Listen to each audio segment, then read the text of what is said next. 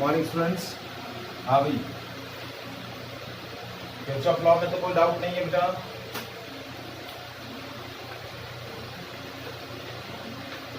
Manya,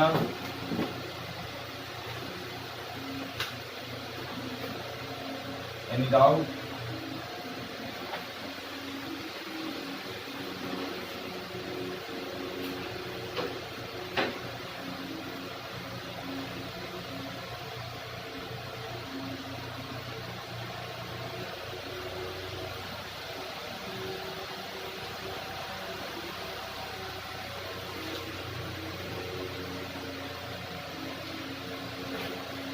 Manya, are you there?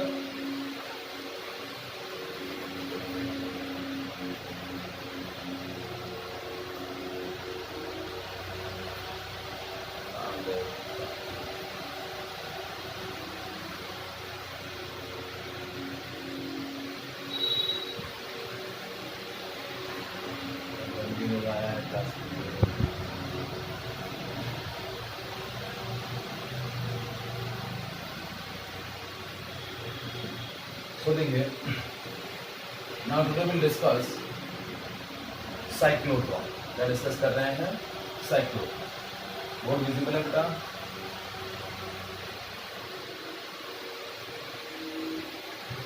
So देखिए,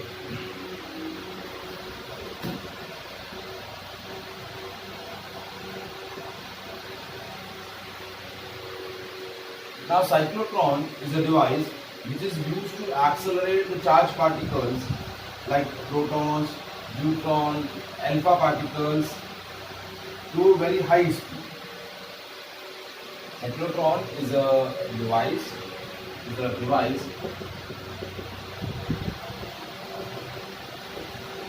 which is used to accelerate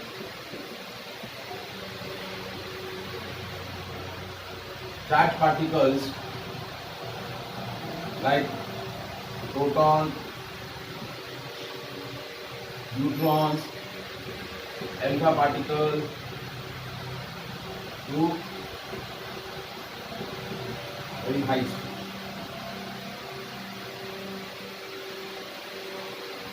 जब भी हमें हाईली एक्सेलरेटेड चार्ज पार्टिकल्स की रिक्वायरमेंट होती है, then we accelerate them by using this device. इस डिवाइस के थ्रू उन्हें क्या करते हैं, हम पहले उनमें हाई वेलोसिटी क्रिएट करते हैं और फिर उन हाई वेलोसिटी चार्ज पार्टिकल्स को, हाईली एक्सेलरेटेड चार्ज पार्टिकल्स को किसी और ऑब्जेक्ट पर क्या किया जाता है, बम्बार्ड करवाया जाता है, बम्बार्ड करवाया जाता है।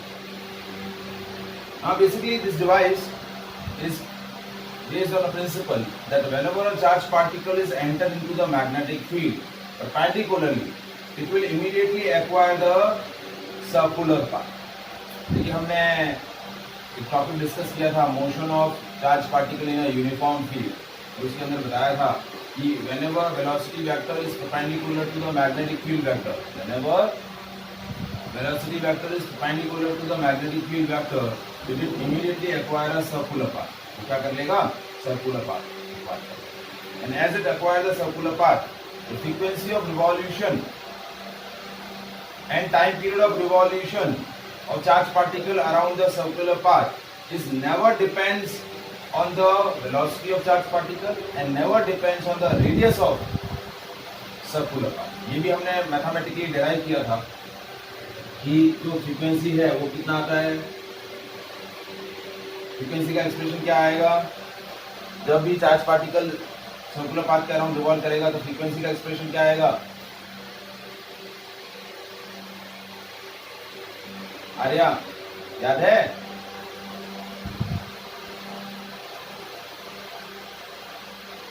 Arya, what is the expression of frequency?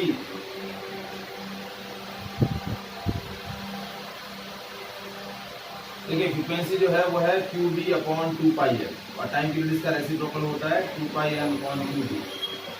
तो what is the working principle? Principle क्या है इसका, that whenever a charged particle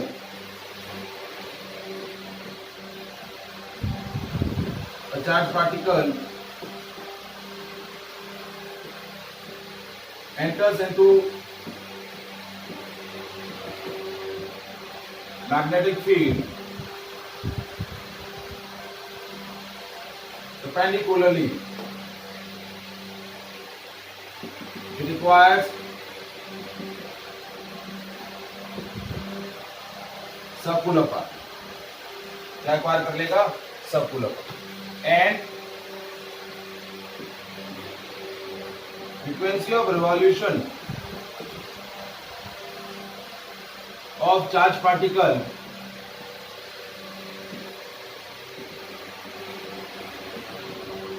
around the circular path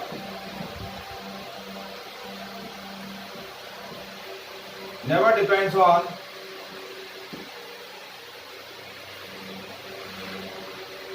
speed of charged particle and radius of circular.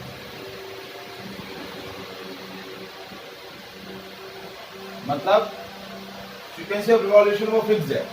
ठीक है. फ्रीक्वेंसी ऑफ रिवॉल्यूशन क्या होता है? F is equal to QB upon 2πL.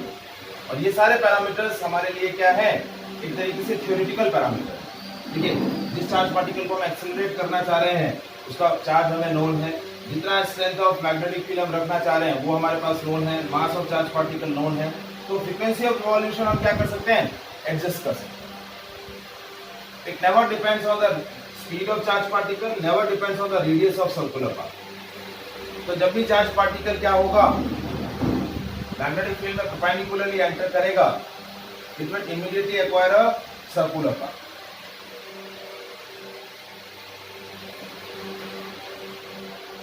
तो इसमें हम क्या करते हैं? कोई भी जिस भी चार्ज पार्टिकल को हमें एक्सेलरेट करना होता है उस चार्ज पार्टिकल को हम एस्टैब्लिश मैग्नेटिक फील्ड में परपेंडिकुलरली एंटर करवाते हैं. As it enter perpendicularly into the magnetic field, it will immediately acquire a circular path. और सर्कुलर पाथ में जैसे ही वो क्या करेगा? रिवॉल्व करेगा. हम नंबर ऑफ टाइम्स उसका क्या करेंगे? उसका जो पाथ है वो हर बार क्या करते रहेंगे? चेंज करते रहेंगे. और पाथ को चेंज करने की वजह से क्या होगा? उसकी वेलोसिटी हर बार क्या होती जाएगी? बढ़ती जाएगी.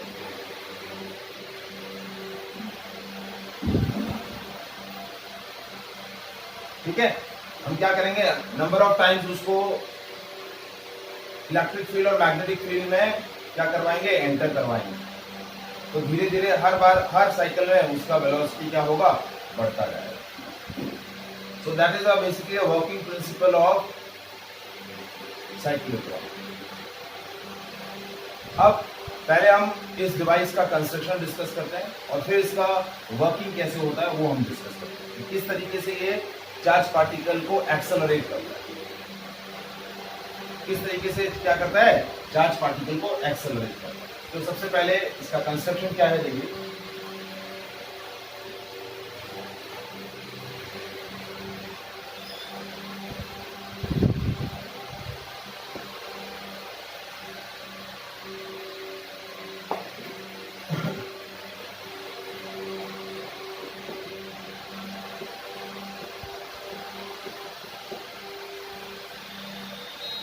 साइक्लोट्रॉन के अंदर क्या होता है? दो मेटालिक डीज रहती हैं. क्या रहती है? टू मेटालिक डी शेप की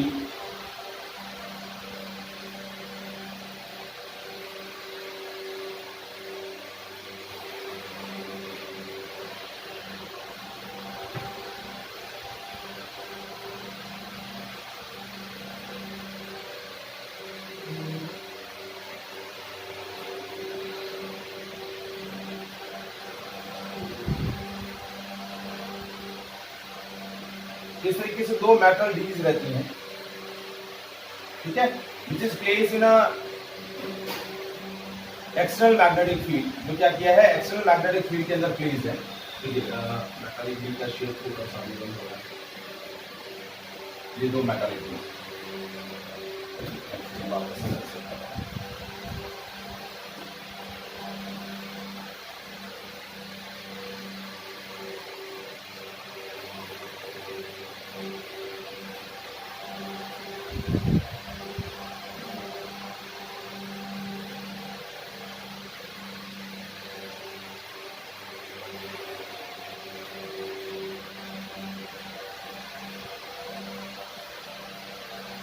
ये दो मेटालिक बीज हैं।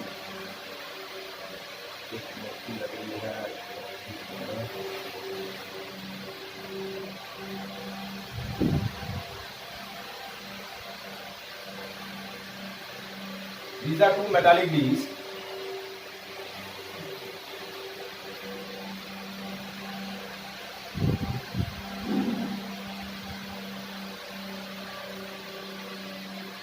ठीक है, ये दो मेटालिक बीज क्या है, डी शेप की हैं, इसलिए इनको क्या बोला, मेटालिक बीज बोला। क्या बोला, metallic dees. Now these two metallic dees are mounted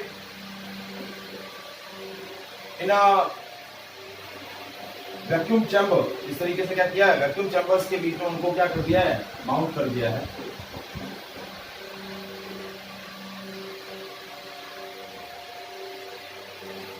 ये वैक्यूम चैम्बर हमने क्रिएट कर दिया है, जिसके अंदर क्या है, कोई भी एयर नहीं है।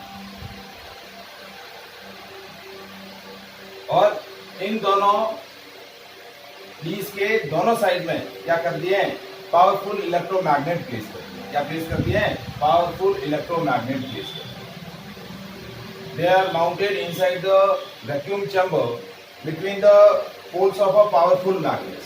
और मैग्नेटिक फील्ड जो है that is perpendicular to the plane inward। कैसा है magnetic field, perpendicular to the plane inward।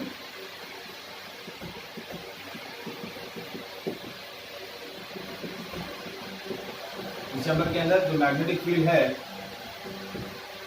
वो है perpendicular to the plane inward।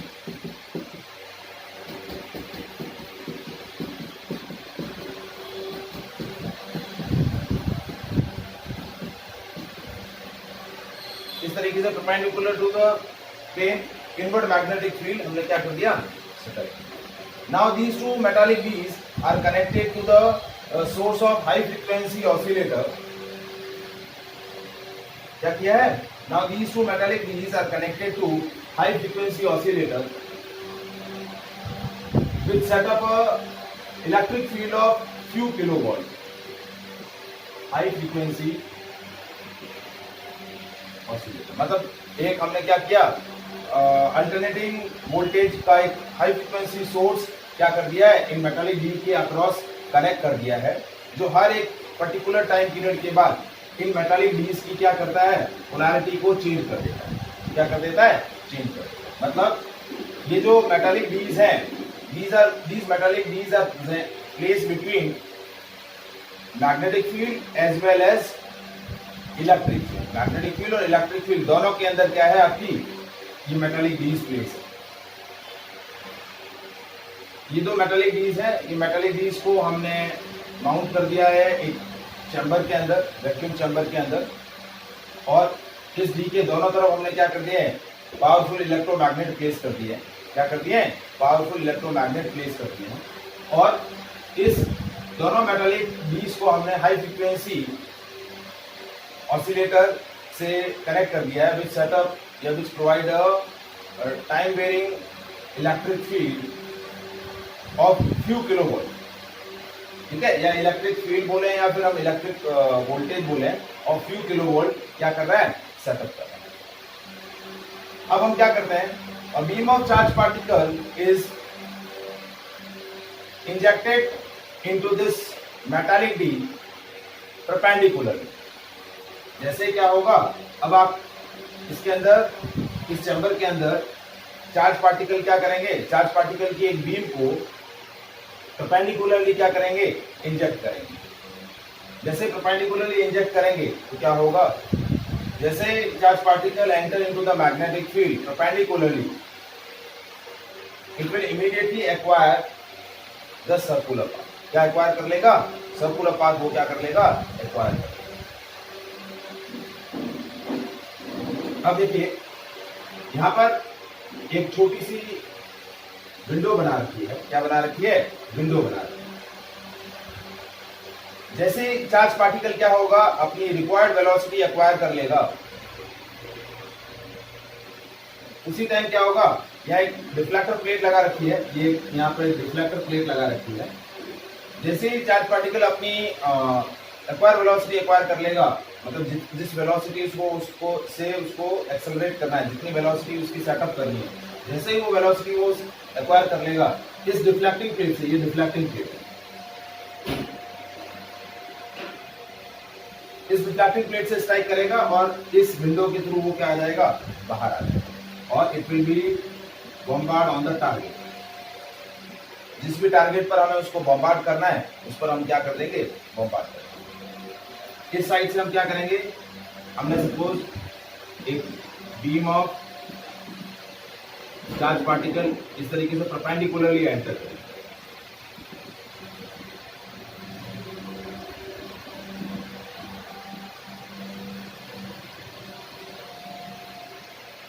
और इस पूरे चैम्बर के अंदर बेसिकली क्या क्रिएट किया गया है, वैक्यूम किया गया। क्या क्रिएट किया गया है, वैक्यूम क्रिएट किया गया है।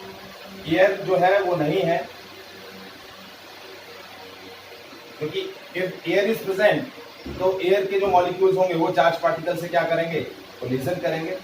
So that whole device is placed in a evacuated chamber, मतलब जहां पर प्योरली क्या है, वैक्यूम है। So that is a construction of a cyclotron. मैं वापस से एक बार रिवाइज कर रहा हूं, वापस से आपको शॉर्टली इसका कंस्ट्रक्शन समझा दे रहा हूं। Cyclotron consists of two metallic beads which are in the shape of English letter D. It is mounted into the evacuated chamber and placed between two powerful electromagnets which set up a magnetic field. This magnetic field is perpendicular to the plane inward. Magnetic field कैसा है आपका, perpendicular to the plane inward. Now these two metallic beads are mounted with the high frequency oscillator which set up a alternating voltage of few kilovolt. Now we inject a beam of charged particle into the chamber perpendicularly. As it enters perpendicularly into the magnetic field, it acquires the circular path.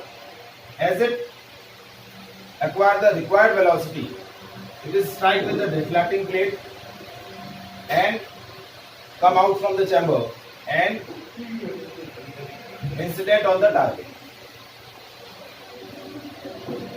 And this whole device is placed in a evacuated chamber where purely vacuum is present, no air molecules are present. If air molecules are present, they collide with air molecules collide with the charge particle. Is it clear? Construction समझ में आया?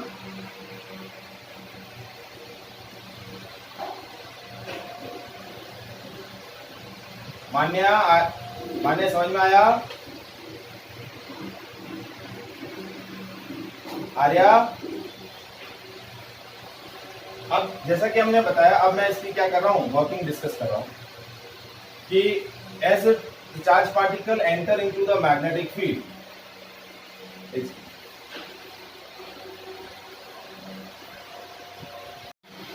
Now we discuss its working.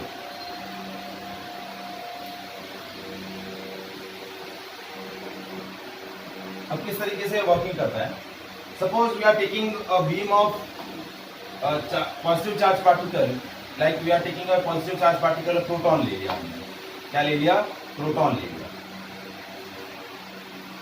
So we inject a beam of positively charged particles, proton, as it enter into the magnetic field perpendicularly. Initially क्या है, ये जो D1 है, ये जो डाई D1 है, ये नेगेटिव चार्ज है और ये D2 है वो पॉजिटिव चार्ज है। मतलब हमने ये जो हाई फ्रीक्वेंसी ऑसिलेटर यानी इलेक्ट्रिक फील्ड सेटअप किया हुआ है, ये क्या कर रहा है, इस मेटालिक डी को, पहले डी को D1 को नेगेटिव चार्ज बना रहा है और D2 को क्या कर रहा है, पॉजिटिव चार्ज सेटअप कर रहा है। So as the beam of charge particle, positive charge particle is enter into the magnetic field perpendicularly, क्या होगा, इट फाइंड्स दैट कि ये जो D1 है ये नेगेटिव चार्ज है और D2 जो है वो क्या है, पॉजिटिव चार्ज है। So it is accelerated towards the D1, किसकी तरफ एक्सेलरेट हो जाएगा, D1 की तरफ, क्योंकि ये पॉजिटिव चार्ज बीम है तो ये नेगेटिव चार्ज D की तरफ क्या होगा, रिफ्लेक्ट हो जाएगा, उसकी तरफ एक्सेलरेट होगा। So as it enter into the D, it will immediately acquire the circular path. And as it enter towards the D, it doesn't experience any electric field. देखिए इलेक्ट्रिक फील्ड है, लेकिन electric field वो experience नहीं कर रहा है, क्योंकि that is due to the shielding effect of metallic D. Metallic D की शील्डिंग इफेक्ट की वजह से वो कोई भी इलेक्ट्रिक फील्ड एक्सपीरियंस नहीं कर रहा है। It only experiences the magnetic field, and due to that magnetic field velocity vector और मैग्नेटिक फील्ड परपेंडिकुलरली है, so it will immediately acquire a circular path. तो इस तरीके से वो क्या करेगा, सर्कुलर पाथ एक्वायर करेगा। रेड रेड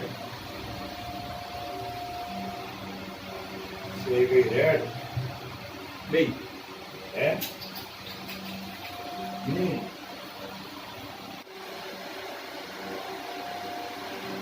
अब क्या होगा, it doesn't experience a electric field as it move towards the oppositely charge D. ये कोई भी इलेक्ट्रिक फील्ड एक्सपीरियंस नहीं करेगा due to the shielding effect of metallic D, but it experience a magnetic force, और due to that magnetic force magnetic field experience करेगा, magnetic field की वजह से मैग्नेटिक फोर्स एक्सपीरियंस करेगा, and it will acquire a circular path. अभी circular path में क्या करेगा, डी के चारों तरफ ऐसे रिवॉल्व करेगा, लेकिन जैसे ही ये मेटालिक D1 के बाहर आने की सिचुएशन में होगा, उसी टाइम इंस्टेंट पर क्या होगा, ये हाई फ्रीक्वेंसी ऑसिलेटर क्या करेगा, अपनी पोलैरिटी को चेंज कर देगा। क्योंकि देखिए ये एसी वोल्टेज है, कैसा वोल्टेज है, अल्टरनेटिंग वोल्टेज है। तो एक पर्टिकुलर टाइम पीरियड के बाद ये मेटालिक डीज की पोलैरिटी को क्या कर देता है, चेंज कर देता है। तो जैसे ही ये चार्ज पार्टिकल इस D1 के बाहर आने की कंडीशन में होगा, यहाँ इस रीजन में आने की सिचुएशन में होगा, उसी टाइम इंस्टेंट पर क्या करेगा, ये high frequency oscillator metallic D की पोलैरिटी को चेंज कर देगा। अब ये क्या हुआ, पॉजिटिव चार्ज हो गया metallic D1, metallic D1 positive charge हो गई, और मेटालिक D2 जो है वो नेगेटिव चार्ज हो गई। So due to change in polarity, now the positive charge particle experience a repulsive force on the D1 पर वो क्या करेंगे, रिपल्सिव फोर्स एक्सपीरियंस करेंगे। So they move towards the oppositely charge D2 with a higher velocity, क्योंकि जैसे ही polarity change हुई तो D1 पर जो पहले वो अट्रैक्शन एक्सपीरियंस कर रहे थे इलेक्ट्रिक फील्ड की वजह से, वो इलेक्ट्रिक फील्ड या इलेक्ट्रिक वोल्टेज जो है वो अपोजिट हो गया। तो now the charge particle is move towards the metallic D2 with the higher frequency. जैसे यहाँ पहुंचेंगे फिर वो क्या करेंगे, they will acquire a circular path, but this time they revolve around the circular path with a higher velocity, क्योंकि जब वो रिफ्लेक्ट होके वापस अपोजिट डी की तरफ आ रहे हैं तब उनकी वेलोसिटी इंक्रीज हो गई।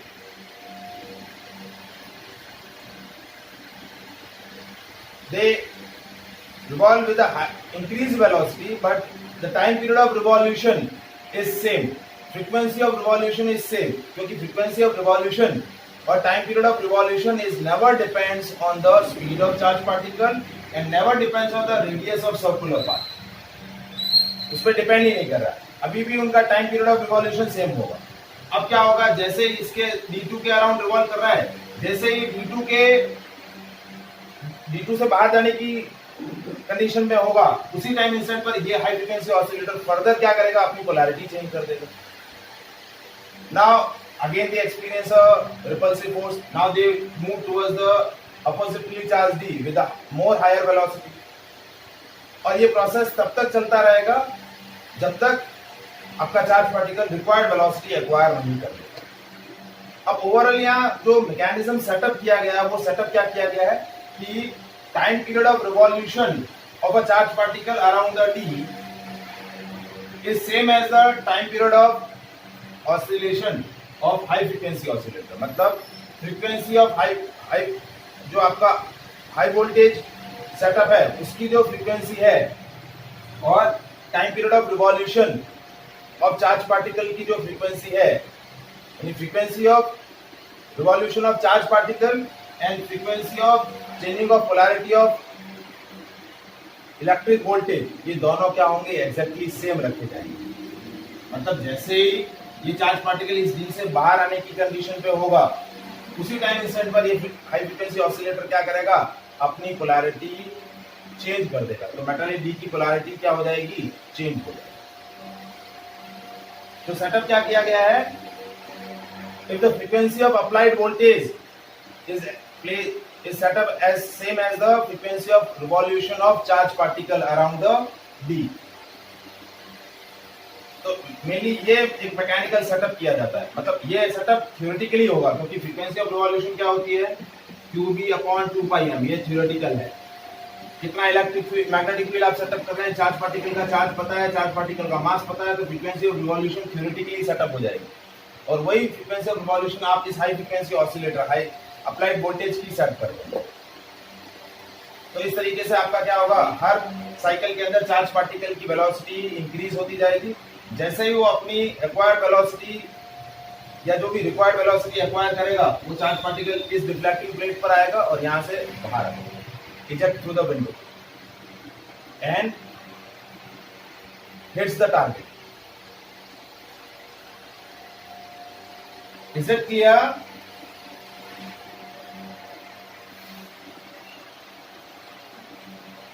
आया इसका मैकेनिज्म समझ में आया, साइक्लोट्रॉन किस तरीके से वर्क कर रहा है।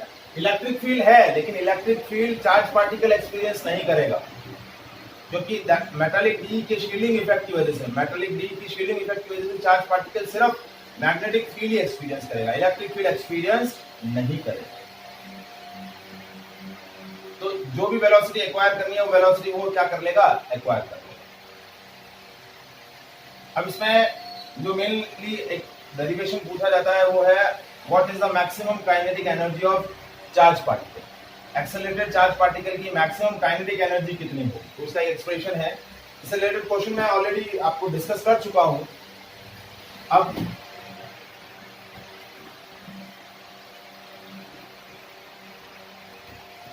So kinetic energy of charge particle, देखिए चार्ज पार्टिकल मैग्नेटिक फील्ड में परपेंडिकुलरली एंटर कर रहा है, तो as it enter into the magnetic field perpendicularly require a circular path, और circular path के लिए centripetal force चाहिएगा। so let's suppose कि इसकी maximum velocity है v0, हमें maximum kinetic energy calculate करना है, तो maximum velocity हमने ले ली v0, तो mv0 square by r is equals to q v0 v। v0 से v0 कैंसिल हो गया, तो v0 की वैल्यू हो गई q v r upon m। ये आपकी वेलोसिटी का एक्सप्रेशन आ गया। तो काइनेटिक एनर्जी क्या हो जाएगी, half m v naught square, ये हो जाएगा half m q square v square r square by m square. ये एम से एम कैंसिल हो गया, तो काइनेटिक एनर्जी का एक्सप्रेशन आ जाएगा q square v square r square upon 2m। That is the maximum kinetic energy of accelerated charge particle. Is it clear? अब इस डिवाइस की कुछ लिमिटेशंस है। पहली लिमिटेशन की इलेक्ट्रिकली न्यूट्रल पार्टिकल्स को ये एक्सेलरेट नहीं करता है। जैसे न्यूट्रॉन है, न्यूट्रॉन इस डिवाइस के थ्रू एक्सेलरेट नहीं होगा, क्योंकि वो इलेक्ट्रिकली न्यूट्रल है। And this device is also not used to accelerate the electron. Electron को भी इसके थ्रू एक्सेलरेट नहीं करवाया जा सकता। क्यों? क्योंकि इलेक्ट्रॉन का जो मास है वो बहुत ही नेग्लिजिबल है। प्रोटॉन के कंपैरिजन में वो 2000 टाइम्स लेसर मास कंटेन करता है। तो स्मॉलर मास होने की वजह से उसकी एनर्जी और उसकी वेलोसिटी में जो इंक्रीमेंट है बहुत ही जल्दी हो जाता है।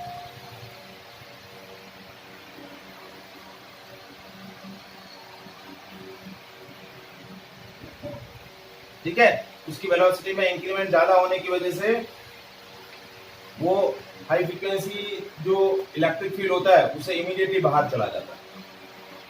तो इस वजह से इलेक्ट्रॉन को भी हम इस डिवाइस के थ्रू एक्सेलरेट नहीं कर सकते। तो these are the limitation of cyclotron. Is it clear?